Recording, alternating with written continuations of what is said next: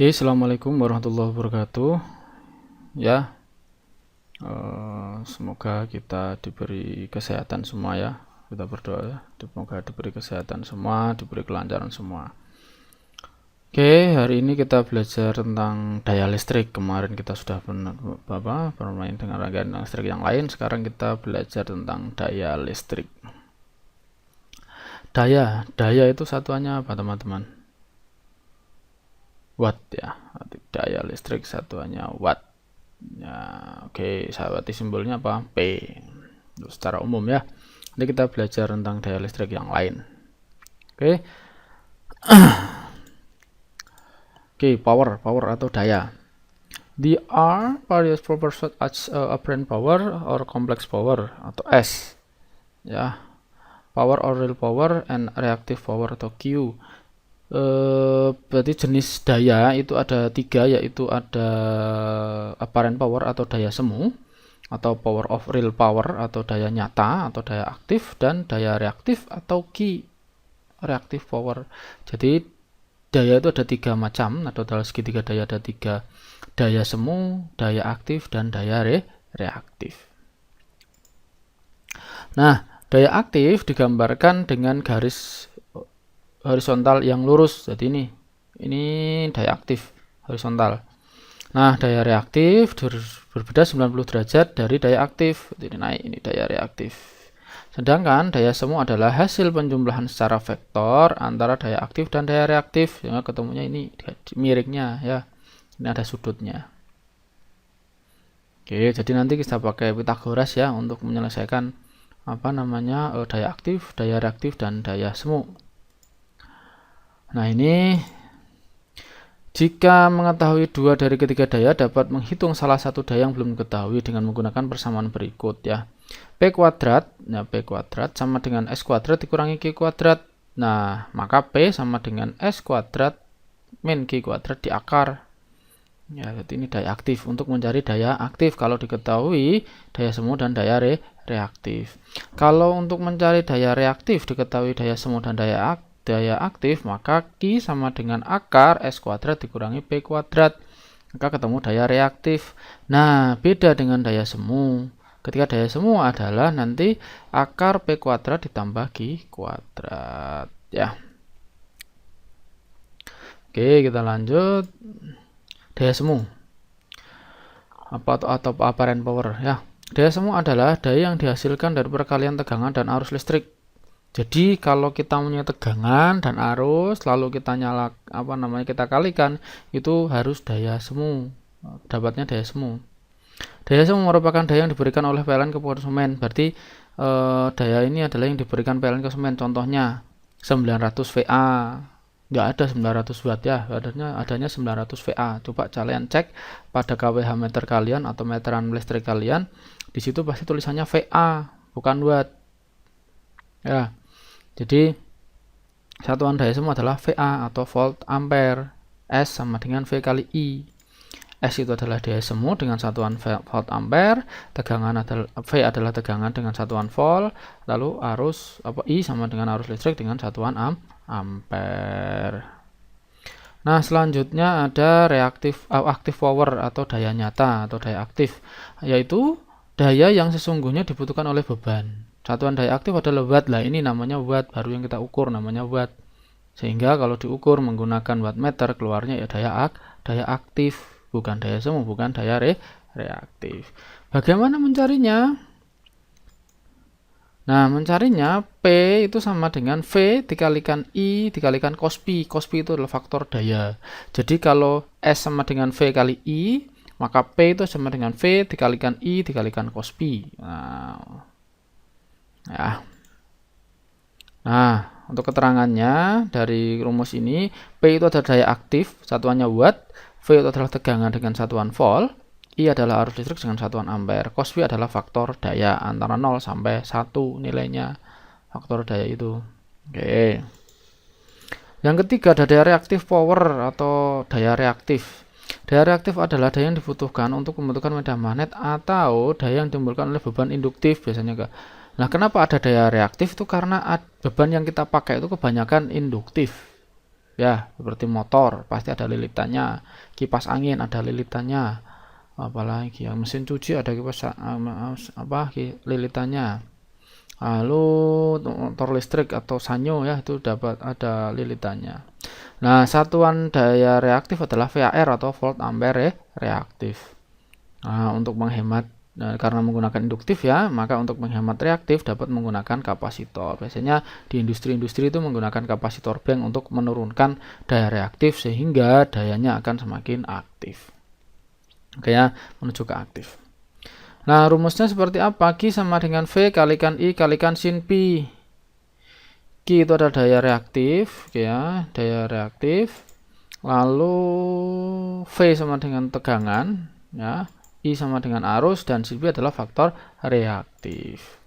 Contoh ya, contoh soal, sebuah motor listrik dihubungkan dengan sumber tegangan 100 volt. Jika yang mengalir adalah arus yang mengalir adalah 2 ampere, faktor dayanya 0,8, ditanyakan daya semuanya berapa, daya aktifnya berapa, dan daya reaktifnya berapa. Tinggal dimasukkan ke dalam rumus ya. Nah, nilai S atau daya semu. S sama dengan V kalikan I. Arus tegangannya 100, arusnya 2 ampere, maka daya semuanya adalah 200 volt ampere. Lalu yang kedua adalah menghitung daya aktif atau daya nyata.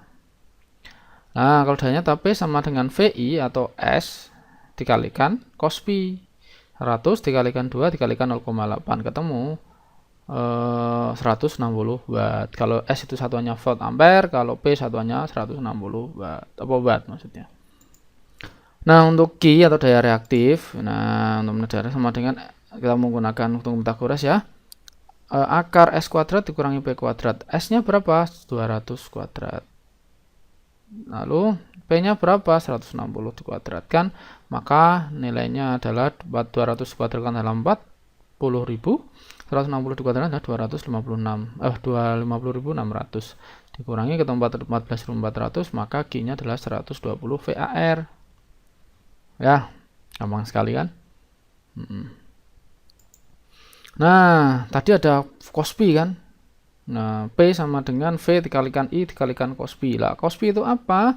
Cos pi adalah faktor kerja atau faktor daya, adalah konstanta dari nilai kosinus dari sudut pergeseran fasa. Nilainya adalah 0 sampai 1. Tadi saya jelaskan, nilainya cuma 0 sampai 1. Berarti cos pi itu adalah 0 sampai 1. Jangan sampai ada 2 ya. Jadi 0 sampai 1.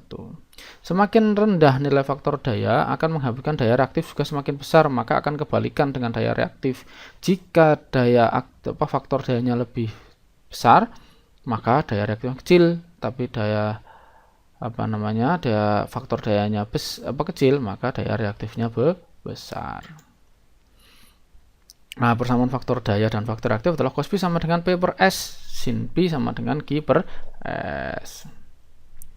Ya, cos pi P per S, cos pi sama dengan faktor daya, P daya aktif, daya S-nya sama dengan daya semu atau VA. Nah, faktor reaktif sin pi sama dengan Q per S, Q-nya apa? Reaktif ya, daya reaktif, S-nya adalah daya semu. Nah, kita sudah tahu semuanya itu, lalu kita akan mencoba membahas tentang faktor daya, pembagian faktor daya. Faktor daya dibagi menjadi 3, yaitu faktor daya unity, ya adalah daya di mana arus listrik mengalir sefasa dengan tegangan yang tidak terjadi pergeseran fasa. Jadi nilai cos pi-nya nanti 1. Ya, faktor daya unity akan muncul apabila pada suatu rangkaian listrik menggunakan beban bersifat resistansi murni. Jadi ini bisa terjadi ketika rumah kalian beban di rumah itu menggunakan resistif semua. Bagian resistif itu yang paling saya tahu itu adalah lampu bolam yang warna orange. Nah, itu berarti nanti kalau kalian mau menggunakan daya di rumah kalian maksimal 900 watt, ya dari 900 VA bisa menjadi 900 watt, itu harus menggunakan beban resistif semua. Berarti menggunakan lampu orange semua ya. Itu baru bisa. Lalu yang kedua ada faktor daya leading mendahului, adalah di mana fasa tegangan drop pada beban mendahului leading terhadap tegangan sumbernya. Ya, hal tersebut disebutkan karena beban bersifat kapasitansi, memiliki reaktansi kapasitif, karena beban kapasitor, berarti dia mendahului. Ya. Lalu daya lagging tertinggal, karena arus tertinggal di mana tertinggal sehingga tegangan dari sumbernya ya seperti kemarin ya, berarti apa namanya sifat-sifat RLC pada tegangan AC sama ini ya. Nah, contoh soal.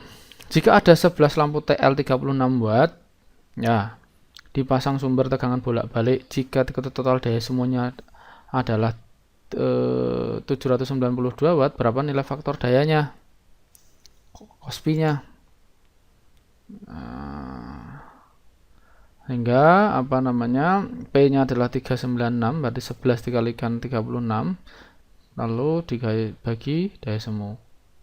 Daya semuanya adalah 792 ketemu 0,5. Sin P-nya berapa? Sama berarti kan.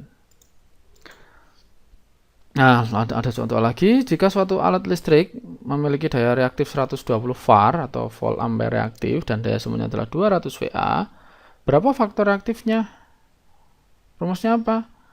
Kalau faktor daya itu per P per S, kalau faktor reaktif adalah Q per S. Q-nya berapa? 120 VR per 200 VA. Nah, ketemu 0,6. Nah, ini dia sedikit kita berpikir di kawasan fasor ya, menggunakan fasor atau fase vektor ya. Tadi sudah paham tentang daya, tentang segitiga daya, oke. Nah, tegangan arus di kawasan fasor. Ya, fasor V sama dengan V RMS sudut theta V. Ya, berarti sudut theta. Ya, fasor I sama dengan I RMS sudut theta I.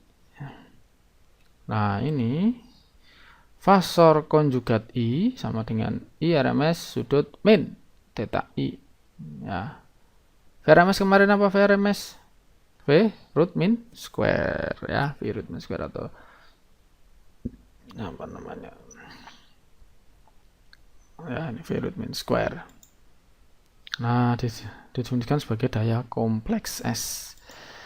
S sama dengan V dikalikan I RMS dikonjugasikan konjugat ya, berarti V RMS kalikan I RMS ya, sudutnya dikurangi ya dari theta V dikurangi theta I. Nah, S sama dengan P plus JQ, maka P sama dengan nilai mutlak S dikalikan cos pi sama dengan V RMS kalikan I RMS cos pi. Ya, Q sama dengan nilai mutlak sin pi sama dengan V RMS kalikan I RMS sin pi. Nah, seperti ini adalah tegangan dalam bentuk tegangan real, berarti nanti di sini real P-nya. Lalu ini I katakanlah ke sini, maka konjugasinya ke sini. Maka nilai S-nya kemana?